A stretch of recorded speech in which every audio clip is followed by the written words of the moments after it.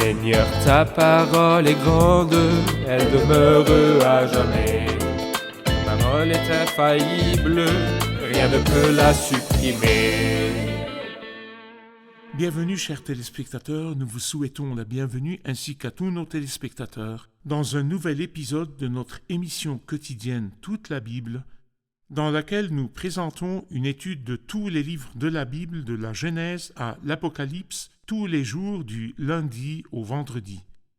Nous sommes arrivés dans notre étude au livre de l'Exode. Aujourd'hui, nous allons terminer le chapitre 12 puis le chapitre 13. Dans le dernier épisode, nous avons parlé de l'agneau de Pâques et nous avons appris qu'il symbolisait la personne du Christ, la grande Pâque, qui est mort sur la croix et a été le grand sacrifice sans défaut et son expiation était parfaite aussi. Et aujourd'hui, nous allons parler de la sortie du peuple d'Israël de l'Égypte. Comment et quand sont-ils sortis et que s'est-il passé après leur sortie? Qu'en est-il des aînés? Vivront-ils pour eux-mêmes ou pour celui qui les a rachetés et achetés?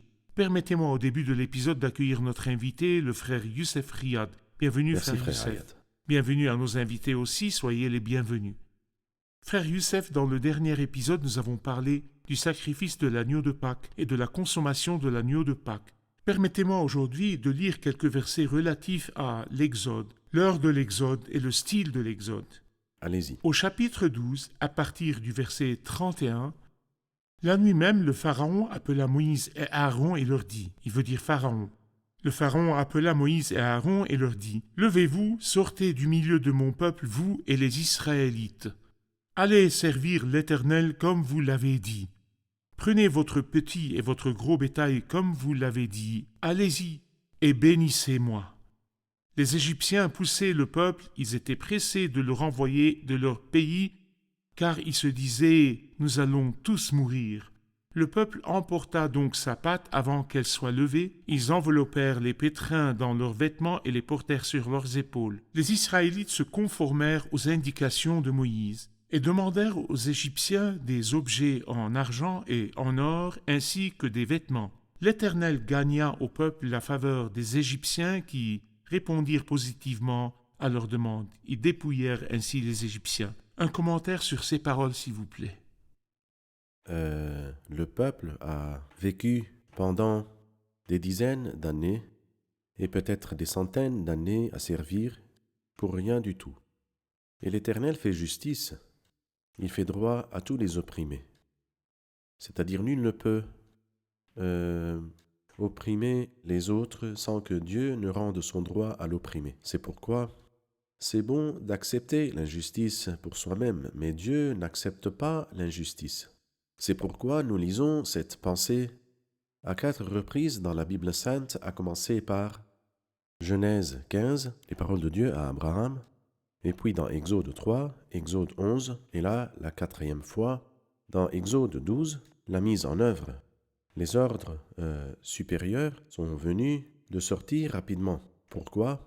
À cause de la terreur qui s'est emparée des Égyptiens. Ils ont dit, nous allons tous mourir. Il n'y avait pas une seule maison ce jour-là où il n'y avait pas un mort.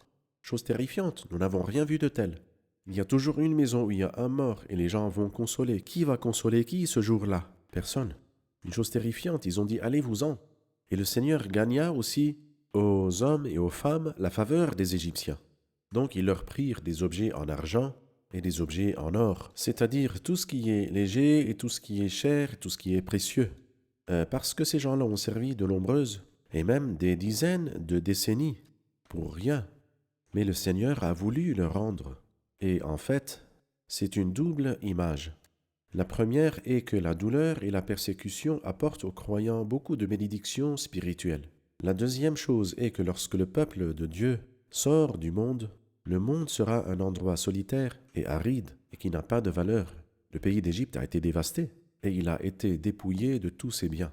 Après avoir dit « Ils dépouillèrent ainsi les Égyptiens » et nous avons appris que Dieu leur sauvegardait leurs droits, que les Égyptiens ont usurpé et Dieu les leur a rendus, il dit au verset 37 « Le nombre des Israélites qui partirent de Ramsès pour Sukkot était d'environ 600 000 fantassins sans compter les enfants. Une grande foule de gens de toutes sortes montèrent avec eux. Ils avaient aussi les troupeaux considérables de petits et de gros bétail. Ils firent avec la pâte qu'ils avaient emportée d'Égypte des gâteaux cuits sans levain, car elle n'était pas levée. En effet, ils avaient été chassés d'Égypte sans pouvoir s'attarder et sans même emporter de provisions. Verset 40, le séjour des Israélites en Égypte dura 430 ans. Au bout de 430 ans, ce jour-là précisément, toutes les armées de l'Éternel sortirent d'Égypte. Ce fut une nuit de veille pour l'Éternel lorsqu'il les fit sortir d'Égypte. Elle sera une nuit de veille en l'honneur de l'Éternel pour tous les Israélites au fil des générations. Je voudrais m'arrêter sur certains mots comme la grande foule qui est sortie avec les Israélites. Qu'en savons-nous et qu'est-ce qu'ils leur ont fait? En fait, la foule ne sont pas des Israélites, pour commencer, des Hébreux. Mais il paraît que la terreur des Israélites s'est emparée d'eux et ils ont voulu se joindre à eux. La leçon spirituelle que nous apprenons est que la foule a causé beaucoup de problèmes au peuple de Dieu. Par exemple, quand nous arrivons au livre des Nombres, chapitre 11, le ramassis des gens qui se trouvaient au milieu d'eux éprouva des désirs. Et je veux citer un autre enseignement, et c'est que Satan a essayé d'entraver l'exode des Israélites. Et lorsqu'il s'est vu incapable, il a amené des gens qui n'étaient pas des Israélites, et ils sont sortis avec eux. Il a envoyé des espions. Exactement. Et c'est pareil à ce qu'il a fait au commencement de l'Église. Il ne voulait pas que les gens croient. Et lorsqu'il n'a pas pu empêcher cela, il a introduit des gens qui ne sont pas croyants pour commencer, comme Simon le magicien et d'autres encore. Et aujourd'hui, dans une grande maison, il y a des ustensiles d'un usage noble, et malheureusement, il y en a d'autres d'un usage méprisable. C'est ça la foule. Parfait. Nous arrivons au verset 40 qui parle de la durée du séjour des Israélites et cite ce qu'on appelle 430 ans. Nous voulons savoir s'il s'agit de 430 ans ou de 400 ans comme le Seigneur l'avait précédemment énoncé à Abraham dans Genèse 15. Les 430 ans sont-ils toute la durée du séjour des Israélites en Égypte? Quand commence-t-il exactement? En fait, du livre de l'Épître aux Galates chapitre 3, nous comprenons que Dieu a donné la promesse. Et après une période de 430 ans, il a donné la loi. Parfait. Alors donc, depuis la promesse de Dieu à Abraham dans Genèse 15, l'alliance abrahamique, parfait, jusqu'à la survenue de la loi, après leur sortie de l'Égypte, d'une période d'1 an au moins, et nous pouvons dire que toute cette durée était de 430 ans. Si nous disons 400 ans, retranchons par exemple 25 ans jusqu'à la naissance d'Isaac et 5 années supplémentaires pour arriver à la terre promise. Donc environ 400 ans. Donc en fait, je peux dire que le séjour en Égypte, le séjour actuel, surtout pendant les années d'esclavage, était une période d'un peu plus de 200 ans. Nous comprenons de l'Épître aux Galates que la distance temporelle entre la promesse de Dieu à Abraham et la survenue de la loi était de 430 ans. Exactement comme ça. Par conséquent, nous pouvons donc compter et retrancher pour obtenir la durée du séjour dans le pays après d'Égypte. La promesse de Dieu à Abraham, Isaac est venu, puis Jacob est venu, et avant d'aller en Égypte, la durée en Égypte est donc moins de 430 ans. Non, beaucoup moins, environ 200 ans. Parfait. Mais il parle du séjour des descendants d'Abraham, mais la durée de l'esclavage en Égypte est quelque chose d'autre. Parfait. Je vous remercie, frère Youssef. Je veux faire un commentaire sur toutes les armées de l'Éternel. Ce jour-là, précisément, toutes les armées de l'Éternel sortirent d'Égypte. En fait, c'est une belle expression, très respectable. Des esclaves. Ils ont vécu en Égypte comme esclaves. Ils sont devenus les armées de l'Éternel, dont il dit au chapitre 7, le verset 4, « Mes armées ». Ils étaient donc les armées de l'Éternel. Et bien sûr, quand il y a des soldats dans une armée respectable, leurs habits sont toujours propres et ils ont l'air respectables. Ce sont alors les armées de l'Éternel qui étaient, il y a très très peu de temps, des esclaves sous les fouets des oppresseurs. Parfait, je vous remercie, frère Youssef. Nous ferons une pause, puis reviendrons pour une question.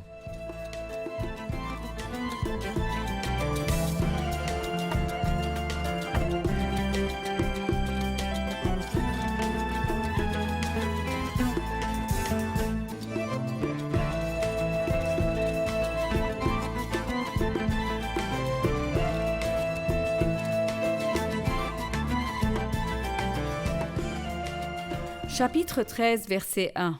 L'Éternel dit à Moïse, « Consacre-moi tout aîné, tout premier-né parmi les Israélites, tant des hommes que des animaux, il m'appartient.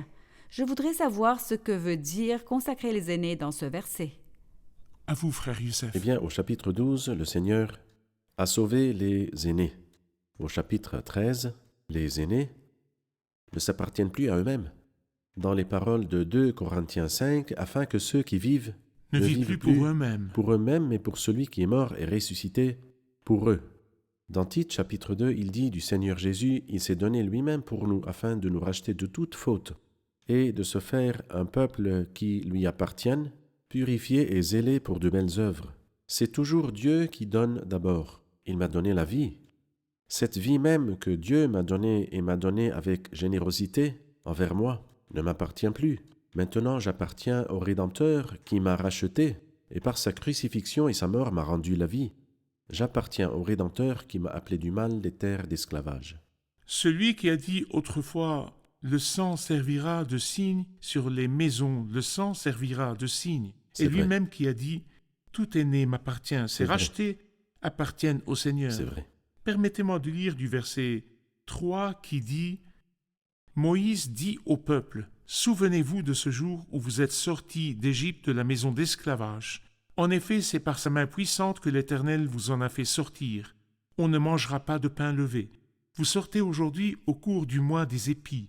Quand l'Éternel t'aura fait entrer dans le pays des Cananéens, des Hittites, des Amoréens, des Héviens et des Jébusiens qu'il a juré à tes ancêtres de te donner, pays où coule le lait et le miel, tu rendras ce culte à l'Éternel au cours de ce même mois. Pendant 7 jours, tu mangeras des pains sans levain, et le 7e jour, il y aura une fête en l'honneur de l'Éternel. On mangera des pains sans levain pendant les 7 jours. On ne verra pas chez toi le pain levé, ni de levain sur tout ton territoire. Après avoir dit « Consacre-moi tout aîné, tout premier-né », il leur dit d'observer la Pâque, mais en ce qui concerne le pain sans levain, quel est le lien entre la Pâque et le pain sans levain? En fait, l'agneau et la levure ne marchent pas ensemble. On ne peut absolument pas mettre les deux à la même table. L'agneau de Pâques est là, il faut donc que dans la maison, et pas seulement en table, mais dans toute la maison, on ne verra pas de levain. Il fut un temps où les Juifs vivaient à Alexandrie, et c'était une certaine connaissance. Et donc avant la fête de Pâques, ils blanchissaient l'appartement à la chaux de peur qu'il n'y ait un bout de levain, même invisible dans un des murs de la maison. Vous savez que les Juifs filtrent leur boisson pour éliminer le moucheron. Et ils avalent le chameau. Alors donc, ils blanchissaient la maison à la chaux pour qu'il n'y ait plus de levure. Ces instructions viennent du livre de l'Exode. Les résultats de la rédemption de l'aîné sont 2. Le premier résultat est que cet aîné qui a été racheté ne s'appartient plus lui-même. Le deuxième résultat, c'est que la maison devrait être sans levain. Parfait. Et nous pouvons appliquer cela à nos maisons et aussi à nos réunions au nom du Seigneur, qu'il n'y ait pas le moindre levain, parce que rien qu'un peu de levain fait lever toute la pâte. Le pain sans levain parle donc de la vie de sainteté. Exactement. Parfait. En fait, je veux dire une chose importante, c'est que dans toute la Bible sainte, le levain représente l'élément de mal. Et nous devons oublier les choses erronées que nous entendons parfois, que la levure est une bénédiction. Il n'y a pas de bénédiction dans la levure depuis le début d'Exode 12 et 13, et dans toute la Bible, le levain est une image du mal. Dans les paraboles du royaume des cieux dans Matthieu 13, le levain que la femme a caché dans 3 mesures de farine ne parle pas de la bénédiction et de la propagation de Si l'Évangile. c'était une bénédiction, pourquoi la cacher? Est-ce qu'on cache l'Évangile ou bien nous le montrons aux gens? Que faisons-nous maintenant? N'est-ce pas que nous parlons de l'Évangile du Christ, ce qui est introduit en secret, et le mal et le péché? Des doctrines qui conduisent à la perdition. Des doctrines de perdition. Moi je dis de bonnes choses sur Jésus Sauveur. L'introduirais-je sournoisement? Le levain et le mal. Chaque fois que le levain est mentionné dans la Bible, il est associé au mal. C'est vrai. Et c'est un devoir pour les téléspectateurs qu'ils cherchent dans la Bible. Verset 8, tu diras alors à ton fils, c'est en mémoire de ce que l'Éternel a fait pour moi lorsque je suis sorti d'Égypte. Ce sera pour toi comme un signe sur ta main et comme un souvenir entre tes yeux, afin que la loi de l'Éternel soit dans ta bouche. Je veux savoir ce qu'ils devraient dire à leurs enfants et ce que nous devrions dire à nos enfants. Eh bien, elle est belle, cette incitation que nous voyons très souvent dans le livre de l'Exode et qui se répète dans le Deutéronome, et quand nous arrivons à Josué, nous la trouverons. C'est beau que les parents racontent à la 2e génération et à la 3e génération. Quand nous lisons dans Joël, chapitre 1, il dit « Racontez-le à vos enfants à la 2e et à la 3e génération. Nous devons raconter aux générations ce que tu as entendu de moi en présence de nombreux témoins. Confie-le à des personnes fidèles qui soient capables de l'enseigner aussi à d'autres.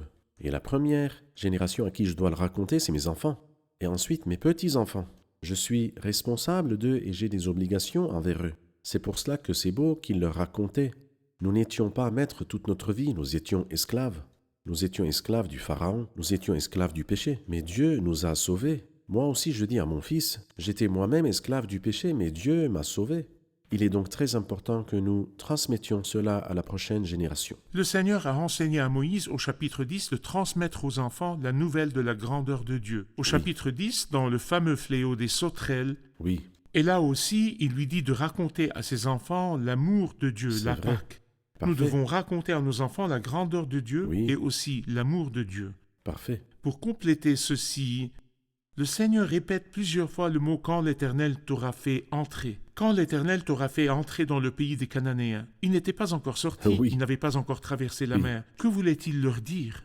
Il leur dit, dans mes paroles et à mes promesses, Je n'y manque je ne pas. manque pas.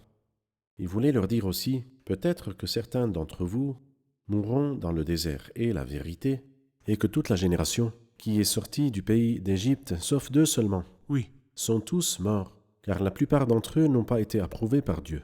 Mais le Seigneur a été fidèle pour le peuple, car le peuple est entré. C'est-à-dire, nous voyons là la responsabilité et la grâce. Par la grâce, le peuple est entré dans la terre promise. Quant à la responsabilité, tous ceux qui n'ont pas cru, leurs cadavres sont tombés dans le désert, parce qu'ils ont désobéi et ils n'ont pas cru. comme Moïse a été chargé de raconter cela à son fils et à son petit-fils, il dit au verset 14, « Et lorsque ton fils te demandera un jour, que signifie cela ?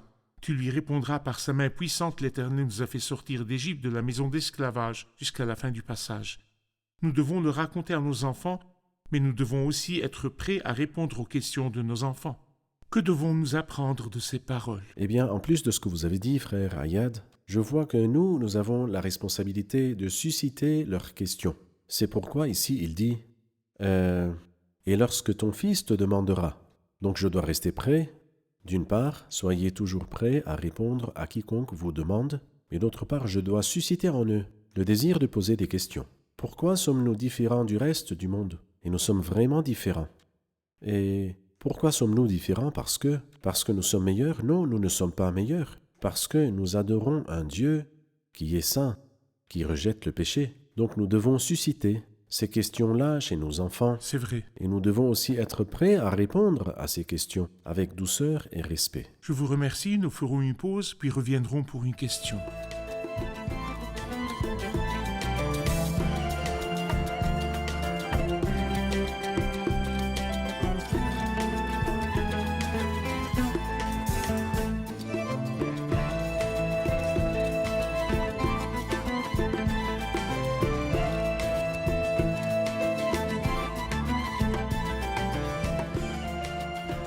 Je voudrais savoir pourquoi Dieu n'a pas conduit le peuple par le chemin du pays des Philistins. Pourquoi leur a-t-il fait un grand détour? À vous, frère Youssef. En fait, c'est une bonne question. Et à cette question, je peux donner une double réponse. La première réponse est ce qui est mentionné ici. Alors il dit, Dieu ne le conduisit pas par le chemin qui passait par le pays des Philistins, même si c'était plus direct. Dieu se dit, le peuple pourrait éprouver des regrets en rencontrant la guerre. Quand il y a environ 2 millions de personnes qui montent et qui marchent et passent par la terre des Philistins, je ne pense pas que les Philistins les exalteront et les accueilleront à bras ouverts. Ils les combattront. Et c'est ce qui est arrivé plus tard avec Édom et avec... Ils ont refusé leur passage. Il y aura donc une guerre. Et ils étaient encore extrêmement fragiles, incapables de faire la guerre. Ils n'étaient pas prêts pour la guerre. Et le Seigneur a dit qu'en rencontrant la guerre, il dirait non, nous retournerons travailler comme esclaves, plus clément que la mort. Pour vivre, on est prêt à sacrifier n'importe quoi. Donc s'il y a une guerre, la guerre c'est la mort. Non, nous retournerons comme esclaves et nous nous ferons fouetter, mais nous restons en vie. Donc c'est la signification directe que notre Dieu est sage. Il leur fit faire un détour pour ne pas les impliquer dans une guerre contre les Philistins à laquelle ils n'étaient pas prêts. Parfait. Mais l'autre signification est que Dieu a voulu. Il a voulu que, de l'Égypte à Canaan, le peuple passe par 2 obstacles aquatiques, la mer Rouge et le fleuve du Jourdain. Et quand nous arriverons au Nouveau Testament, nous découvrirons que traverser la mer a un sens. Et traverser le Jourdain a un autre sens. Et nous ne sommes pas capables d'entrer en Canaan, le cercle des bénédictions célestes, qu'après avoir traversé la mer Rouge qui représente la mort du Christ pour nous. Et qu'après avoir traversé le Jourdain qui représente notre propre mort avec le Christ. Nous avons besoin de la mort du Christ pour nous et nous apprenons cette leçon que le Christ est mort pour nous. Deuxièmement, il ne suffit pas que le Christ soit mort pour nous, mais aussi la Bible dit, si vous êtes mort avec le Christ, la mort du Christ pour moi, ou plutôt notre mort avec le Christ, c'est la traversée du Jourdain. Parfait. Immédiatement après, il dit au verset 18, « Dieu fit donc faire au peuple un détour pour le chemin du désert vers la mer des roseaux. Et les Israélites étaient partis d'Égypte en ordre de bataille, et Moïse avait pris avec lui les ossements de Joseph, car ce dernier l'avait fait jurer aux fils d'Israël en disant, « Quand Dieu interviendra pour vous, vous ferez remonter mes ossements loin d'ici avec vous. » Ils n'ont pas oublié les ossements de Joseph. C'est vrai. En marchant, ils portaient les ossements de Joseph. En sortant d'Égypte, ils portaient les ossements de Joseph. Y aurait-il une leçon? Bien sûr, tout ce qui a été écrit d'avance l'a été pour notre instruction. Mais au départ, comment n'ont-ils pas oublié? Je vais m'arrêter là-dessus. Joseph, dans notre étude du livre de la Genèse, nous avons dit que le sommet dans la vie de foi de Joseph n'était pas sa victoire sur la tentation et le péché. Mais quand il dit dans la nuée de témoins, c'est par la foi que Joseph, à la fin de sa vie, a fait mention de la sortie d'Égypte des Israélites et a donné des ordres sur ses ossements. Là, nous voyons, bien sûr, à la hâte, en sortant, ils ont reçu un ordre au milieu de la nuit. Dehors, sortez tous. Bien sûr, la chose la plus facile aurait été d'oublier les ossements de Joseph. Mais parce que Joseph, l'homme honorable, a été fidèle avec Dieu, il est donc très naturel que Dieu soit fidèle à Joseph et que ses ossements ne soient pas oubliés. Mais que disent pour nous les ossements de Joseph pour cette nation et pour cette génération? Je dirais que Joseph, alors qu'il était dans le pays d'Égypte, a fait mention de la sortie d'Égypte des Israélites et a ordonné au sujet de ses ossements. Alors que le peuple, après sa sortie de la terre d'Égypte, a voulu nommer un chef et retourner en Égypte. Alors que Joseph, qui était loin de la terre promise, mais il leur dit « Dieu interviendra pour vous ». Alors que les espions qui étaient à l'intérieur de la terre promise n'ont pas cru qu'ils posséderaient cette terre. Joseph, qui était avant eux de 40 ans, plutôt des dizaines d'années, croyait fermement qu'il posséderait cette terre. Joseph, de son vivant, avait demandé au grand responsable des boissons de se souvenir de lui, mais il l'a oublié de son vivant. C'est vrai. Mais la même personne, Joseph, le Seigneur a dominé les esprits des Israélites pour qu'ils se souviennent de lui après des centaines d'années. Dieu a le pouvoir de faire oublier et de rappeler au moment opportun pour accomplir sa volonté. Exactement. Même quand le responsable des boissons a oublié, c'était sous l'autorité de Dieu. Je vous remercie. Après cela, il dit, ils partirent de Sukkot et campèrent à Étam, à l'extrémité du désert. L'Éternel allait devant eux le jour dans une colonne de nuée pour les guider sur leur chemin, et la nuit dans une colonne de feu pour les éclairer, afin qu'ils puissent marcher jour et nuit. La colonne de nuée ne se retirait pas de devant le peuple pendant le jour, ni la colonne de feu pendant la nuit. Nous voulons nous arrêter sur la nuée, la colonne de nuée et la colonne de feu. Quel est leur rôle et qu'en apprenons-nous spirituellement? La colonne de nuée pendant le jour, bien sûr, et la colonne de feu, la nuit, éclaire, n'est-ce pas? Et les deux sont une image et un beau symbole de l'Esprit Saint. En fait, dans mon enfance spirituelle avant, je disais combien ces gens sont bénis. Prestige, quel grand prestige. Ils avaient une colonne de nuée pour les guider, une colonne de feu pendant la nuit pour les guider. Ils marchaient tranquilles, ils n'avaient aucun problème en quoi que ce soit. Ils ne s'égaraient pas, ni s'égarer, Impossible de s'égarer. Mais en réalité, j'ai vu que notre Dieu à nous a distingués par un plus grand privilège. Nous lisons dans Romains chapitre 8, tous ceux qui sont conduits par l'Esprit de Dieu, ceux-là alors sont fils de Dieu. Et le mot fils de Dieu est différent d'enfant de Dieu. Oui. Fils de Dieu veut dire adulte et perspicace. Vous êtes devenus des fils adultes. Et donc, vous serez guidés d'une manière digne des fils qui sont adultes, alors qu'ils étaient encore dans leur état d'enfance. La chose naturelle dans l'enfance, c'est une chose, et lorsque vous serez adulte, vous serez un homme, vous serez traité d'une autre façon. Dieu s'y prend avec eux comme s'ils étaient des enfants, et il s'y prend avec nous comme des fils adultes qui ont l'Esprit Saint de Dieu. Parfait. Merci, frère Youssef. Nous sommes arrivés à la fin de l'épisode. Nous allons le réviser avec nos invités. Qu'avons-nous appris du grand épisode d'aujourd'hui? Nous avons appris que les parents ont une grande responsabilité envers leurs enfants de leur enseigner l'amour du Christ et le salut du Christ qu'ils ont déjà reçu. Nous avons vu le Seigneur parler des Israélites et les appeler les armées de l'Éternel. Après avoir été sous l'humiliation et l'esclavage, après leur association avec Dieu et sa rédemption, ils sont devenus les armées de l'Éternel.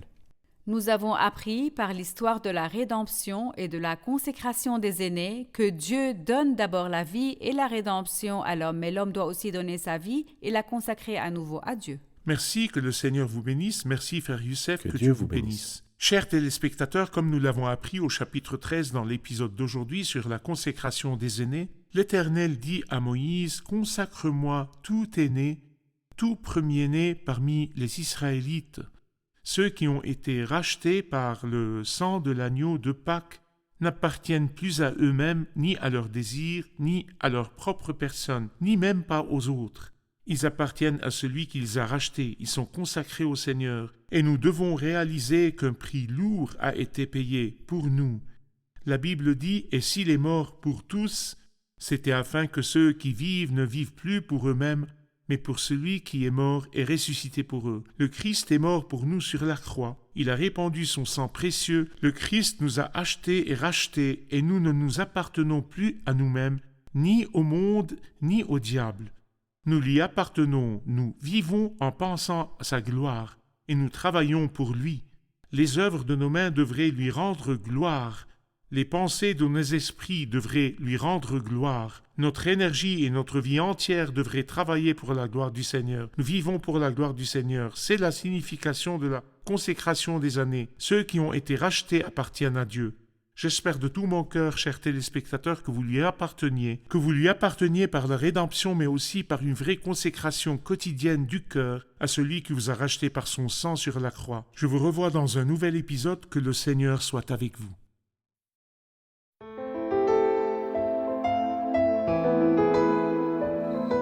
Seigneur, ta parole est grande, elle demeure à jamais.